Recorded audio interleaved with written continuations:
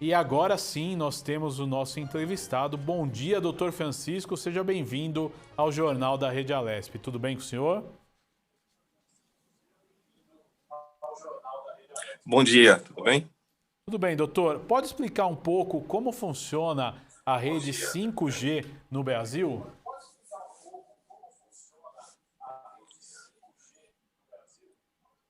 Sim. Bom, primeiro é necessário a gente fazer só uma breve introdução, quer dizer, por que rede 5G?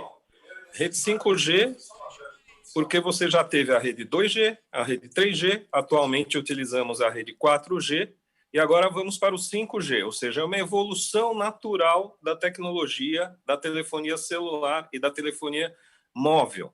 Na realidade, o 5G vai funcionar numa velocidade entre 10 e 15 vezes superior ao 4G, o que vai possibilitar uma transmissão de dados em velocidade muito superior ao que a gente tem hoje. O que significa o seguinte: eu vou conseguir baixar um filme, fazer transações do que a gente chama de internet das coisas, tudo muito mais rapidamente e com melhor qualidade, e gastando também menos bateria no seu telefone celular. O funcionamento da tecnologia vai depender ainda de uma série de providências para ela começar a funcionar verdadeiramente no Brasil. Você tem inicialmente um leilão que a Anatel vai marcar e ela vai vender a frequência para as empresas operarem, então, o 5G. Uma vez vendida a frequência, as empresas vão ter que construir a infraestrutura para o 5G, as antenas, os equipamentos necessários, e após isso a rede deve entrar em funcionamento. Não é um funcionamento, portanto, tão imediato quanto imaginamos, até porque ainda aguardamos o edital a ser publicado pela Anatel. Agora, doutor Francisco, explica um pouquinho para a gente, né, em quais países essa tecnologia já está sendo usada e se existe, então, uma previsão para ela estar disponível aqui no Brasil. A tecnologia 5G ela ainda não está sendo usada. Nos países em que ela está sendo usada, que é basicamente os países da Ásia, Coreia do Sul, tá? Inglaterra, Estados Unidos, uma parte, essa tecnologia já está em funcionamento. O que essa tecnologia vai permitir? Ela vai te permitir que, por exemplo, você carregando seu celular, você consiga ligar sua geladeira, ligar a luz de casa, fazer uma série de coisas que a gente chama de internet das coisas, inclusive, por exemplo, o carro automático guiado sem motorista. O que eu preciso para ter um carro automático guiado sem motorista? Eu preciso ter um mapeamento de ruas perfeito e sensores perfeitos. Isso, com o que a gente tem hoje, que ainda o sinal falha, etc. e tal, não é possível. Com o 5G será possível. A previsão para a entrada do 5G no Brasil, acredito eu, vai ser a partir de 2022. Agora, doutor, importante também a gente falando, né? 5G, por que há tanta briga, né, de uma tecnologia, uma tecnologia de tal empresa, de outra empresa? Na verdade, o que difere isso? Na realidade, quem opera nesse mercado digital e mercado de telecomunicações espera que a solução seja técnica. Porque quando você não tem uma solução técnica, e sim uma solução política, isso significa que as empresas vão ter que despender mais, vão ter um custo maior. O que está acontecendo? Discute-se a participação de uma empresa chinesa, que é a Huawei, sob a alegação de que ela poderia cometer espionagem ou roubo de dados das pessoas usuárias. Acontece que a Huawei ela já está presente na rede 2G, 3G e 4G. Cerca de 40% dos equipamentos no Brasil já é da Huawei. Portanto, se ela espiona, não seria uma coisa nova. Ela já estaria fazendo isso. Se eu tivesse que remover todo esse equipamento, eu teria um custo para as empresas bilionário.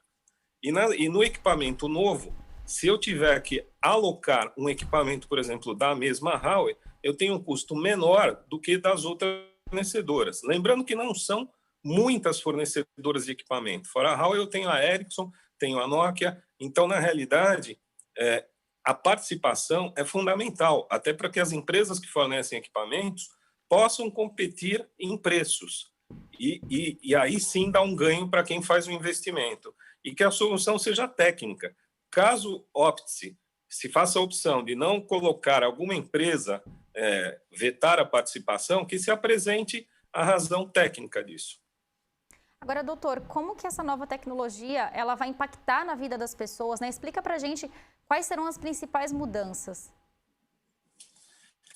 A vida vai mudar bastante. Você vai passar a ter tudo no seu aparelho celular. Então, imagine o seguinte, você com o seu celular não vai precisar instalar um equipamento de automação na sua casa, nada disso, mas você com o seu celular vai conseguir ligar, vai conseguir regular a temperatura, por exemplo, de uma geladeira. Por quê?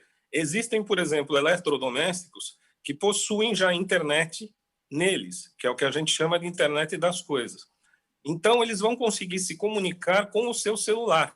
Então, você, por exemplo, vai ter uma batedeira que você está fazendo bolo, você consegue programar o tempo dela, ligar, desligar, tudo através do celular.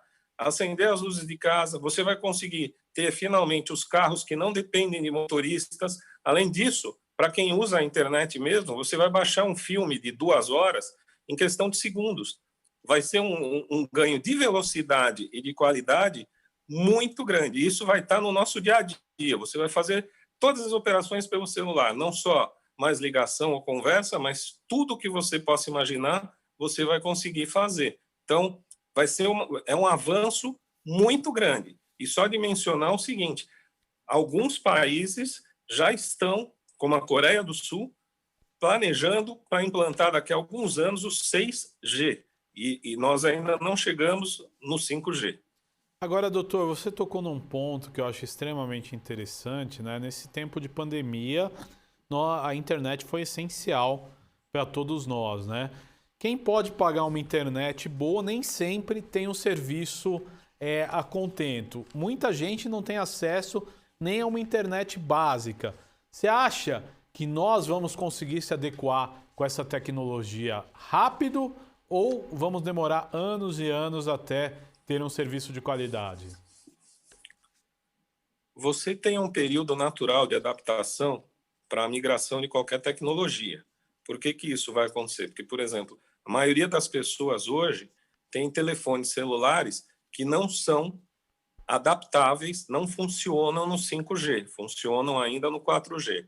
Então, as pessoas vão ter um tempo para ir trocando seus telefones dentro de suas possibilidades, enquanto as empresas vão instalando seus equipamentos. Então, da mesma forma que a gente migrou, por exemplo, do 3G para o 4G, e aí não foi necessário trocar aparelho, mas do 4 para o 5 será, apesar dos aparelhos que já estão sendo vendidos agora, a maioria já vir com 5G, isso vai ter um período de adaptação.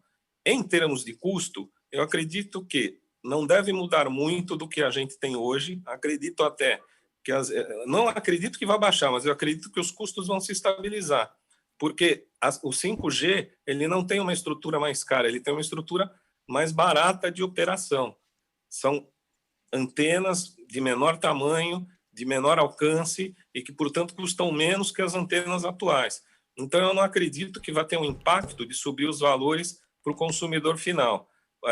Em termos de dificuldade, o consumidor que tenha dificuldade hoje provavelmente vai continuar tendo a mesma dificuldade, quer dizer, mas, em compensação, a grande média, que hoje utiliza uma internet que a gente vamos chamar assim, também de média, ela vai poder utilizar uma internet de melhor qualidade. Então, para a maioria das pessoas, vai haver um ganho.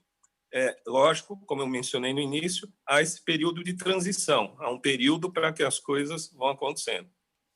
Agora, Francisco, aqui na Alesp nós temos o decreto... Daqui a pouco a gente volta com o Francisco, mais sobre esse tema aí, né, tecnologia 5G e o impacto, né, futuro no país, né, tá aí. Essa história da tecnologia 5G é muito discutida, né, mas é o que eu questionava a ele, né. A internet no Brasil ainda tem muito o que evoluir, né. Temos dificuldades ainda no 4G, na sua internet caseira, então eu acho que nós temos muito que evoluir ainda e nós vimos bem isso nesses tempos de pandemia do coronavírus, onde a internet se tornou essencial para todos nós e também é necessário, né, uma democratização aí, que a internet cada vez mais chegue nos lugares aí que tem menos acesso, né, e menos condições de ter, né, Thay? Essa é uma discussão, então, que vem a calhar perfeitamente para o momento, né, Guga? Assim como você já falou, a nossa vida tem sido completamente online, a gente tem feito aí todo o nosso trabalho online. E eu queria falar novamente que todo o nosso trabalho aqui na Assembleia Legislativa também está todo vapor online também. E hoje à noite eu vou cobrir, inclusive, Guga, o ato solene, que eu queria até comentar aqui às 20 horas. A gente tem o ato solene para debater a suplementação orçamentária dos órgãos da Justiça, solicitada aí pela deputada Mônica, da Mandata Ativista, a deputada Marina Elou e o deputado Paulo Fiorilo. Então acompanhem hoje ao vivo no YouTube da Rede Alesp também a transmissão desse ato solene. Pois é, a gente acompanha tudo o que acontece aqui no Legislativo Paulista, todas as informações, parece contato refeito com o Dr. Francisco Gomes Júnior, que é advogado especialista em direito digital. Mais uma vez, bem-vindo ao Jornal da Rede Alesp desta quarta-feira. Doutor Francisco, Obrigado. Eu estava até fazendo uma questão, falando aqui da Alesp, nós temos o decreto 65347, que dispõe sobre a ampliação da Lei Federal 13.709 de 2018, que é a Lei Geral de Proteção de Dados, né? No âmbito, então, do Estado de São Paulo. Como essa lei influenciará na implantação da tecnologia 5G no Brasil? Uma questão bastante interessante. Na realidade, a LGPD, a Lei Geral de Proteção de Dados, ela vai funcionar como uma espécie de marco regulatório para o uso de dados pessoais. Então, independente da tecnologia, obviamente, você vai aplicar a LGPD. A LGPD coloca, por exemplo, a seguinte questão. Eu vou dar um exemplo prático, para ficar fácil a todos. Quando eu vou fazer uma compra e o caixa me pede o CPF, eu preciso dar esse CPF? Até então havia uma dúvida. A LGPD acabou com a dúvida. Você não precisa dar o CPF. E o decreto aqui, a lei aqui de São Paulo, vem justamente nesse sentido. Me parece que ela quer esclarecer pontos da lei federal e tornar isso obrigatório no estado de São Paulo de uma forma bem taxativa e clara. A LGPD ela vai ter impacto em todas as tecnologias. No 5G, por exemplo, a empresa que usa o seu dado pessoal, e o que é o seu dado pessoal? Seu nome, seu CPF, seu RG, e podem ter dados sensíveis, que é, por exemplo, sua profissão, sua religião, sua opção religiosa, tudo isso são dados sensíveis. Para se utilizar todos esses dados, eu vou precisar do consentimento das pessoas, o que significa o seguinte: eu não posso, pura e simplesmente, sair criando bases de dados cadastrais e usando esses dados para o que eu bem entender, como alguns comerciantes vinham fazendo, por exemplo, e essa lei agora de São Paulo visa impedir isso. Então, todos vão ter que se adaptar. Por exemplo, quando eu pego o seu dado, eu não posso transmitir seu dado para outra pessoa se você não me autorizar a fazer. Então, e as pessoas, por sua vez, vão ter que ter muito cuidado e passar a ler aquelas instruções que a gente clica dizendo que aceita quando vai entrar num site ou quando vai entrar em algum domínio diferente, ler aquelas instruções, porque naquelas instruções, que vão ter que ser muito mais claras do que são hoje, porque a lei exige, naquelas instruções estão lá muitas vezes permissões que você dá até para que seus dados sejam transferidos ao exterior. E você não leu e clicou no concordo. Legal, um pequeno probleminha de conexão, mas eu acho que agora o doutor nos ouve, né? E o senhor tocou nesse assunto aí da lei de proteção de dados e tudo mais. É um cuidado maior que a população deve tomar com as suas informações, né? Com essa época aí que você faz tudo pela internet, desde uma simples compra de supermercado até pagar contas bancárias, se comunicar com parentes e familiares, várias coisas do dia a dia, tudo você depende disso. Você acha que é uma preocupação maior que a população deve ter com a situação aí, com medo que dados sejam roubados ou vazados? Sim. Nós ouvimos falar muito, teoricamente, em revolução digital, era digital, revolução 4.0, mas na realidade é o seguinte: é uma mudança tecnológica que está acontecendo exatamente nesse momento. E todos precisam ter consciência de que os cuidados têm que ser redobrados. Vou dar um outro exemplo.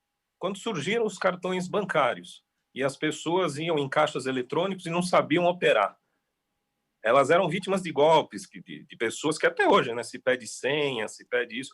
Os dados pessoais, eles são a sua nova identidade, aquilo que tem valor para você. Ele é um ativo efetivamente seu. Você tem que tomar muito cuidado. Tem que redobrar esses cuidados e, assim, tem que se fazer uma campanha para que a população tenha consciência da importância de se ter esses dados. Porque hoje, que você faz todas as operações e cada vez vai fazer mais digitalmente ou pelo seu celular, se você vazar um dado, você deixa exposta a sua vida pessoal, praticamente. Exemplos práticos. Se vaza a sua senha do celular, ou se alguém tem sua senha do celular, um hacker pode invadir o seu celular de fora. Ele pode invadir de qualquer jeito, mas com a senha ele entra facilmente. Se vaza uma senha sua bancária, você sabe o que acontece. E assim por diante. E com as tecnologias novas, tudo isso tem que ser redobrado, porque a tecnologia nova, ela permite que ele navegue pelo seu celular inteiro, se você clicar num link malicioso, você recebe lá, super oferta, você é o 1000º sorteado, clique aqui, esse clique aqui pode dar acesso a todos os programas do seu celular. Então, é cada vez mais necessário que as pessoas tenham o máximo de cuidado com seus equipamentos. Francisco, por outro lado, né, a gente está falando aí esse momento de pandemia, em que as pessoas estão trabalhando de casa, estão fazendo tudo quase que online. Eu queria que você falasse nesse sentido da importância, então, de implementar o 5G o quanto antes no Brasil, já que a gente está usando muito, então, essa tecnologia, né, usando muito o trabalho online. Isso. Eu acho que essa nossa conversa aqui, ela já serve como um exemplo da importância do 5G. A gente teve aí alguns problemas de conexão, tem a imagem que às vezes dá uma enganchada, uma enroscadinha. Isso não vai acontecer com o 5G. E num mundo em que cada vez mais a gente trabalha de casa, fazendo reuniões o dia inteiro, quer dizer, a gente tem que lidar sempre com essa enroscadinha que a internet dá, é muito difícil. Então, o 5G ele é necessário. Vou dar outros exemplos para a indústria brasileira, tá? O agronegócio é uma área que já se utiliza muito de tecnologia. Então, por exemplo, você consegue, via computador, via sensores, você já controla todo o seu terreno de plantação, aonde você deve investir mais, menos, o que é mais produtivo, o que é menos produtivo, e isso com 5G vai aumentar em muito, porque o dono do negócio vai conseguir controlar toda a sua produção através de equipamentos celulares. Então, é mais do que necessário, é imperioso que a gente esteja logo no 5G. É isso que vai acabar distinguindo daqui a pouco os países que estão mais avançados do que estão menos avançados. O 5G, ele é a nova, ele é o que um dia foi o ouro, o que um dia foi o café, o que um dia foi o dólar. O 5G é um grande ativo que o país tem que desenvolver. Legal, doutor. E qual que é a sua expectativa, né? O senhor trabalha e milita no meio. Você acha que em quanto tempo aqui no Brasil a gente já vai poder experimentar essa tecnologia 5G? Porque uma coisa, né, é a história da implantação, outra coisa é chegar ao público em geral. Pelo que você vê, pelo que você estuda, você acha que rápido a gente já ter uma experiência com 5G? Eu acho que assim, as empresas do Brasil são empresas de capital internacional e que estão bem preparadas para fazer uma implementação em tempo rápido. Só que, por outro lado, você tem uma burocracia governamental e é uma burocracia que o próprio governo não consegue escapar, que são fazer os editais, fazer os leilões, que demandam tempo. Então, assim, ainda que as empresas sejam muito rápidas, como eu tenho um pouco da burocracia, a minha expectativa é 2 anos para que o 5G esteja em funcionamento no país. Entendo, doutor. Eu quero agradecer a sua participação no Jornal da Rede Alesp. O tema aqui foi 5G, essa tecnologia que vai chegar logo logo e o impacto, né, que ela vai causar para a gente. Eu conversei aqui com o doutor Francisco Gomes Júnior. Doutor, obrigado pela participação no nosso jornal. Obrigado a vocês.